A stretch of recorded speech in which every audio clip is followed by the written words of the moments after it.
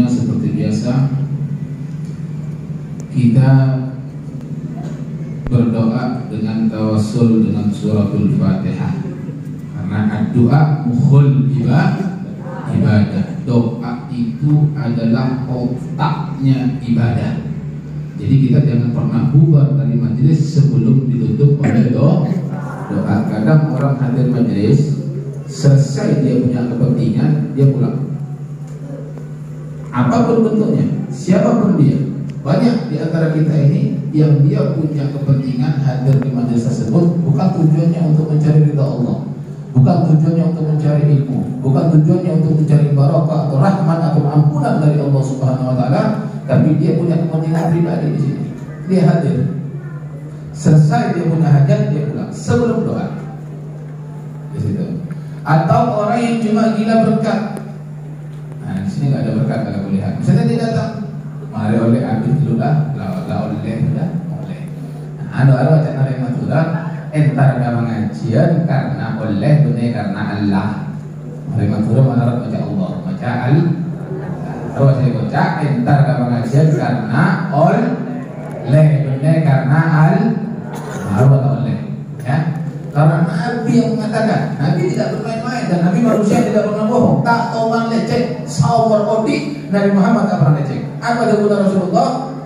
Bahwasanya dalam riwayat Imam Ahmad dikatakan ghanimatu majalisid dzikri atau majalisil ilmi al-jannah.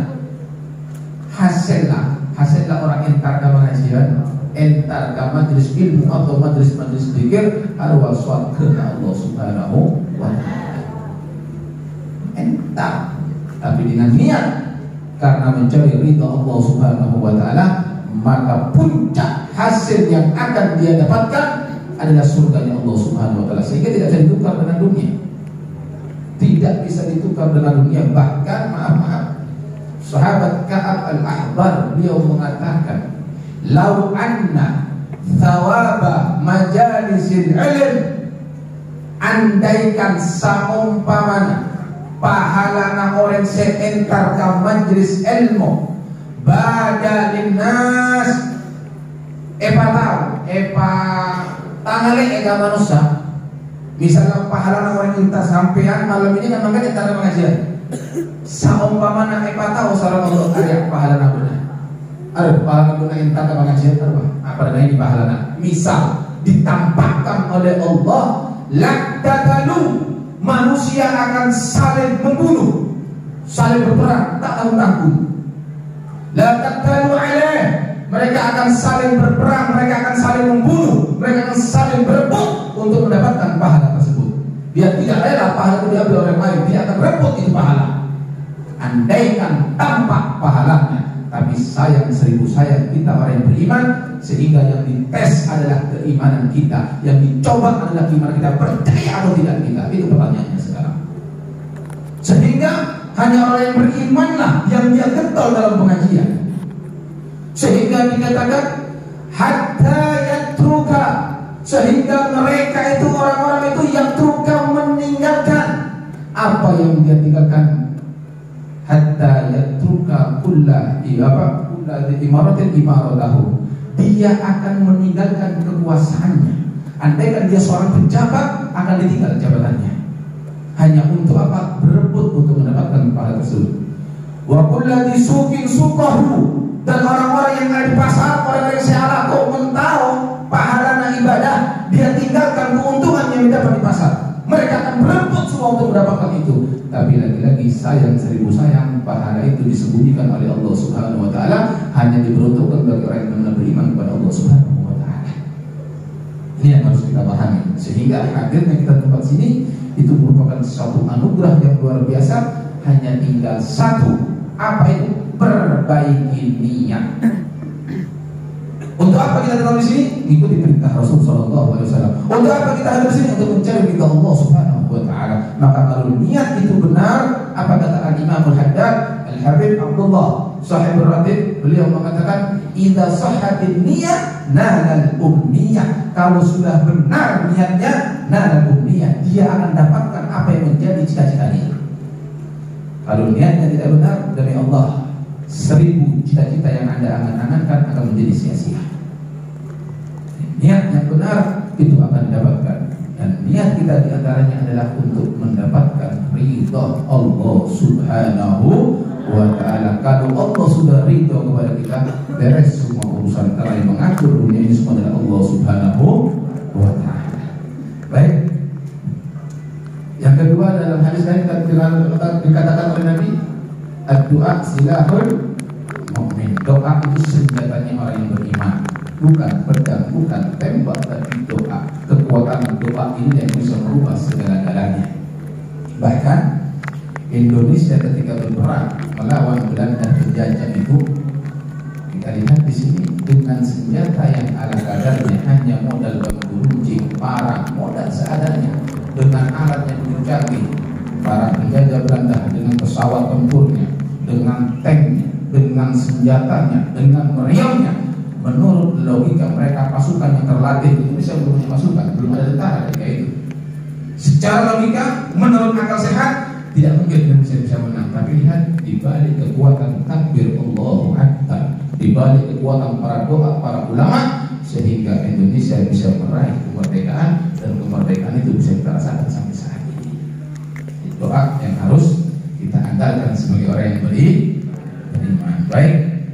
Al-Fatihah yang pertama yaitu untuk kepada seluruh jamaah yang telah mensodakohkan hartanya di majelis ini, baik yang berupa makanan, minuman, tenaga ataupun berupa uang, semoga diterima oleh Allah Subhanahu wa ta'ala sebagai amal ibadah, dan Allah menggantinya dengan rezeki yang lebih banyak. Catat nama-nama kita semua di pintu Ka'bah, dan Allah luaskan rezeki kita sehingga kita bisa berangkat ke tanah suci Makkah dan Madinah. Al-Fatihah.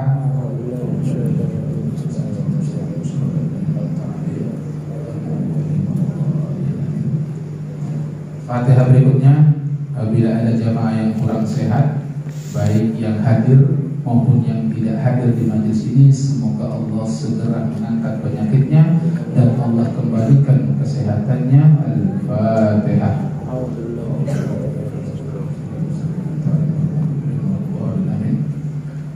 Untuk yang sakit ini kebetulan kita punya seorang guru, seorang ustadz di sini, yaitu Ustadz Abu Hasan. Beliau sedang mengalami sakit. Hari mohon keikhlasannya kita bacakan doa syifa. Al-Fatihah binti syifa. Ada Ustadz Abu Hasan. Allahumma salli syifa Allahumma tasabbi syifa Allahumma bijaya nabiyika habibika Muhammad sallallahu alaihi wasallam. Al-Fatihah.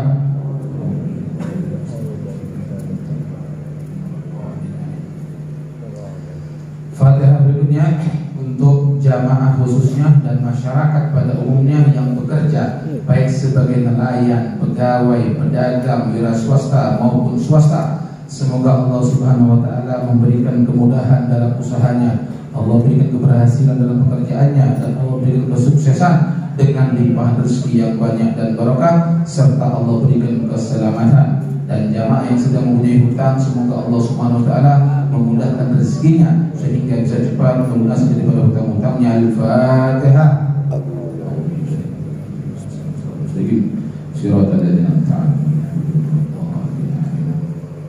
Fatihah berikutnya untuk jamaah yang belum menikah, baik laki maupun perempuan, semoga Allah cepat mempertemukan jodohnya yang soleh-solehah yang bisa membawanya ke dalam surganya Allah Subhanahu wa ta'ala.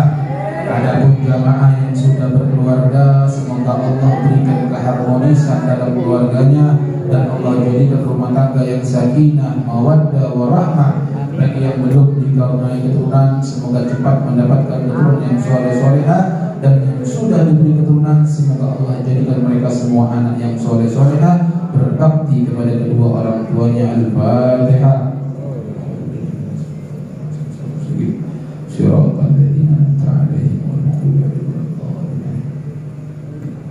Fatihah berikutnya untuk putra-putri kita yang sedang menuntut ilmu di sekolah maupun di pondok pesantren, semoga Allah Subhanahu wa ta'ala menjaga mereka dan memberikan ilmu yang bermanfaat sehingga menjadi ahlul ilm wal khair min ahli Quran wa sunnah, dan memiliki akhlakul karimah yang bisa membanggakan baginda Nabi Muhammad sallallahu alaihi wasallam. Al-Fatihah.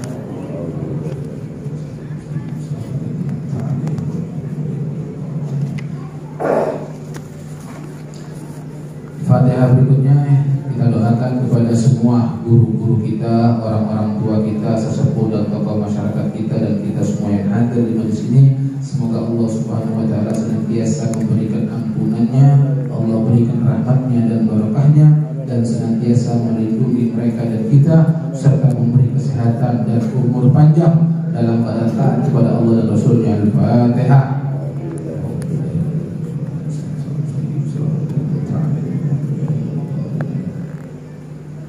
Fatihah berikutnya kita doakan buat desa kita dan desa-desa yang lainnya. Semoga Allah Subhanahu wa taala melindungi dari segala macam bala musibah seperti gempa bumi, badai tsunami, kemaksiatan, narkoba dan sebagainya. Semoga desa kita menjadi desa yang penuh kedamaian, ketentraman, dan desa yang penuh dengan keberkahan serta penuh ampunan dari Allah Subhanahu wa taala sehingga menjadi baldatun thayyibatun wa rabbun ghafur. Al-Fatihah. Shiratal ladzina an'amta 'alaihim. Fatihah yang terakhir khusus untuk majelis kita ini, yaitu majelis Amibros. Semoga Allah Subhanahu wa taala selalu mencurahkan rahmatnya dan Allah mencurahkan rahmatnya untuk majelis ini sehingga menjadi majelis yang bermanfaat, majelis yang istiqamah, berkembang dan penuh limpahan taufik dan hidayahnya, sehingga jamaahnya menjadi hamba-hamba yang ahli ibadah dan senang bersolawat kepada Nabi Muhammad sallallahu alaihi wasallam dan mendapat pandangan khusus dari Allah Subhanahu wa taala dan Nabi Muhammad sallallahu alaihi wasallam. Al-Fatihah. A'udzubillahi minasyaitonir rajim.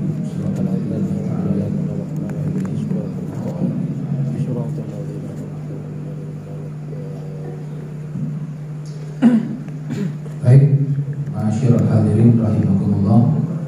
Kita sekarang lanjut kepada pembahasan tentang fitrah, ya, tentang membersihkan diri ya daripada fitrahnya manusia. Kemarin sudah kita bahas, dari pertama adalah siwak, habis itu bercelak, habis itu juga masalah meminyaki badan, masalah yang lainnya. Sekarang masuk yang ketujuh ya, termasuk potong kuku, potong bulu ketiak, potong bulu kemaluan, sudah kita bahas semua kemarin. Sekarang ini sisanya. Setelah ini nanti baru kita masuk ke bab wudu ya. Perkara yang ketujuh di sini yaitu perkara membersihkan badan yang ketujuh adalah khitan.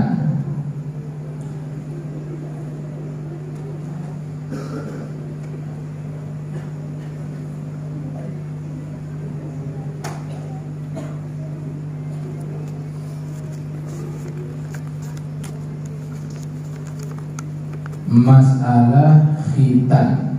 Apa itu khitan? Khitan adalah memotong kulit yang berada di bagian atas kemaluan. Mohon maaf ya, kita bicara masalah ini bukan dalam rangka untuk bicara jorok atau porno, tapi inilah yang dikatakan agama, dikatakan la haya fid, tidak ada merasa malu di dalam membahas agama. Kita benar-benar paham di sini ya. Khitan adalah memotong kulit yang berada di bagian atas kemaluan. Apa hukumnya? Hukum khitan adalah wajib bagi laki-laki dan bagi perempuan yang sudah balik. Hukumnya wajib bagi laki-laki dan perempuan yang sudah balik. Sekarang kita punya masalah di negeri kita ini. Sekarang ini bidan-bidan sudah tidak mau lagi mengkhitan anak perempuan. Makanya saya sering katakan, entah dia itu ikut madhab siapa kita tidak tahu. Anak banyak perintah dari Rasul sallallahu alaihi wasallam. Tazawwaju tanakahu takfuru. Menikahlah kalian semua. Kawinlah kalian takfuru, agar kalian menjadi banyak, artinya berbanyak anak. Perintah Nabi. Kenapa? Fa inni mubahim bikumul umama yaumil qiyamah, karena aku akan berbangga dengan banyaknya kalian nanti di hari kiamat. Nabi akan membanggakan kita sebelum kita dilahirkan. Nabi Muhammad akan membanggakan kita sebelum kita dilahirkan. Tapi yang dimaksud di sini ada yang banyak tapi yang soleh. Jadi anak yang soleh. Perbanyak punya anak, jangan takut. Karena Nabi akan membanggakan kita nanti. Masa kita tidak mau dibanggakan oleh Muhammad? Sekarang lain lagi, dikali angkat itu. Kalau dia naik perahu, naik tongkang, begitu lepas itu tembok. Sekarang sudah hilang separuh sudah. Banyak anak, banyak masalah. Banyak anak, banyak rezeki dicoret. Banyak anak, banyak masalah. Orang